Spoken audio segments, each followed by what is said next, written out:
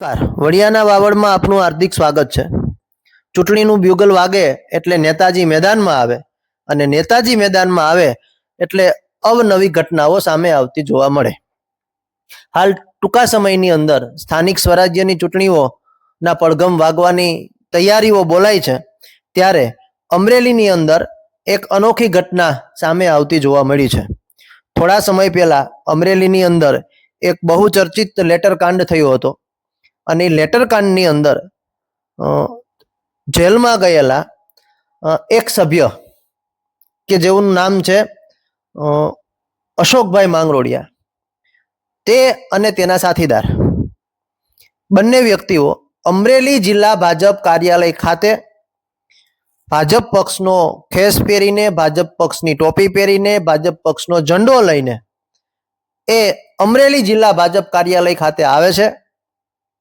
ત્યાં ઉપસ્થિત જિલ્લા ભાજપના મહામંત્રી ને આ ખેસ ઉતારીને, આ ટોપી ઉતારીને સુપ્રત કરે છે, એ ઝંડો સુપ્રત કરે છે, સાથે એક રાજીનામું આપે છે અને રાજીનામામાં એવું જણાવે છે કે ભાઈ વર્તમાન સમયમાં અત્યારે અમરેલી જિલ્લા ભાજપ દ્વારા ભાજપના પાયાના કાર્યકરો એટલે કે પાયાના પથ્થર એવા લોકોની અવગણના થાય છે અને કોંગ્રેસમાંથી આવેલા લોકોને વધારે મહત્વ આપે છે, એટલે અમે નારાજ છીએ અને એટલે આ પાર્ટીમાંથી અમે રાજીનામું આપીએ છીએ।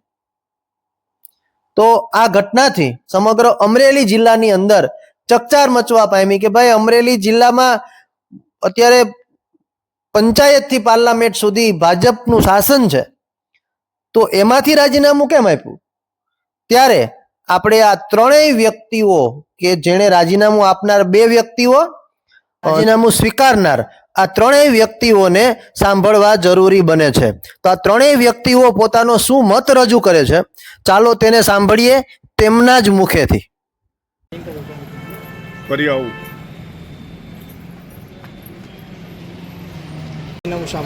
મારું નામ નિલેશભાઈ વિરજીભાઈ સાવલિયા છે અને હું અમરેલી જિલ્લા યુવા ભાજપ કારોબારી સભ્ય હતો અને મેં એમાં રાજીનામું આજે આપેલું છે।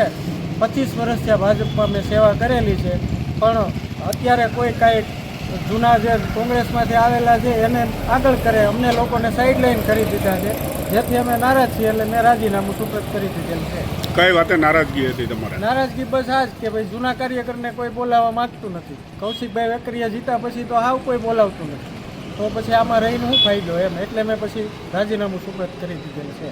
જે તમે ભાજપને અલવિદા કીધું, શું કહો છો?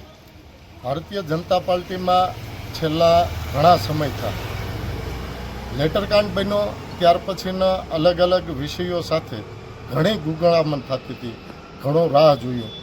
પોલીસ પાર્ટીએ પ્રશાસને જ્યારે સમરી ફેરી છે, મારી 338ની કલમ હટાવી છે, છતાં પણ યોગ્ય ન્યાય મળતો નથી। કોઈને કોઈ સમયે કોર્ટમાં તારીખ પડીને અને નીકળી જાય છે।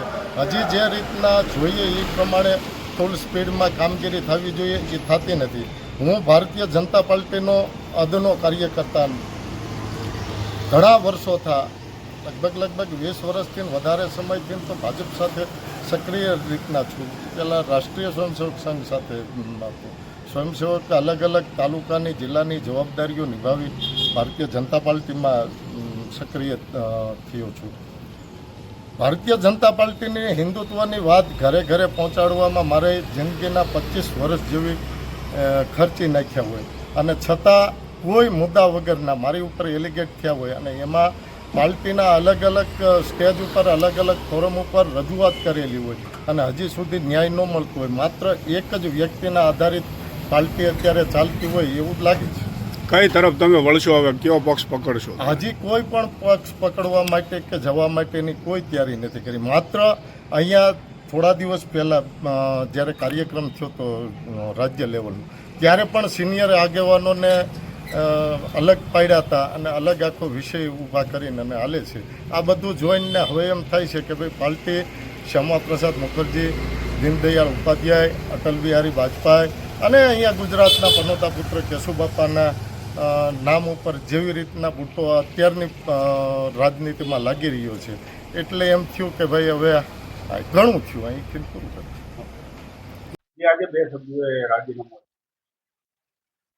અમારા સસ્પેન્ડેડ 29/12/2024 રોજ પ્રાથમિક સભ્ય પદેથી અમે સસ્પેન્ડ કરેલા અશોકભાઈ કનુભાઈ માંગરોળિયા, જસવંતગઢ, તાલુકો અમરેલી, જિલ્લો અમરેલી, અને અમારા નિલેશભાઈ વિરજીભાઈ સાવલિયા, જેઓ અમારા પ્રાથમિક સભ્ય પદે ભૂતકાળમાં ભારતીય જનતા પાર્ટીમાં કામ કરતા હતા, તેઓને કોઈ પણ સંજોગો વશાત એમની જે કાંઈ વ્યક્તિગત મનસાઓ પૂરી નહીં થવાના કારણે જે તે સમયે એણે પાર્ટી સામે બ્યુગલ કરેલું. એ દરમિયાન 29/12/2024 રોજ તત્કાલીન અમારા ત્યારે ભારતીય જનતા પાર્ટીના પ્રમુખ ઘનશ્યામભાઈ ત્રાપસિયા દ્વારા જેઓને પ્રાથમિક સભ્ય પદેથી પણ સસ્પેન્ડ કરેલ છે. એમ છતાંય અત્યારે સ્થાનિક સ્વરાજ્યની ચૂંટણીઓ જ્યારે નજીક આવી રહી હોય ત્યારે પોતાની વ્યક્તિગત મહેચ્છાઓ પૂર્ણ કરવા, વ્યક્તિગત પોતાને કોઈ મોટું બતાવવા અને એક નવી ફેશન ચાલે છે કે ભાજપમાં આમ છે ને તેમ છે, એટલે કે ભારતીય જનતા પાર્ટીને બદનામ કરવાનું એક કાવતરા રૂપે અને એક ષડયંત્ર સ્વરૂપે આજે એ લોકો ભારતીય જનતા પાર્ટીની ઓફિસે આવી અને પ્રાથમિક સભ્ય પદેથી અમને રાજીનામું આપીએ છે એવું રાજીનામું આપ્યું છે. અમે અત્યાર સુધી ભારતીય જનતા પાર્ટીમાં કાર્યકર્તા તરીકે એવું એ કામ કર્યું છે, એ બદલ એમનો આભાર માન્યો છે, ધન્યવાદ આપ્યો છે. અને ભવિષ્યમાં કદાચ ભારતીય જનતા પાર્ટી છોડી અને અન્ય કોઈ વિચારધારા સ્વીકારે તો આ દેશમાં લોકશાહી છે, બંધારણીય હક મુજબ તેઓ કોઈ પણ વિચારધારા સાથે સહમત થઈ અને બીજી વિચારધારાને સ્વીકારે એની અમે એમને શુભેચ્છાઓ પાઠવેલ છે.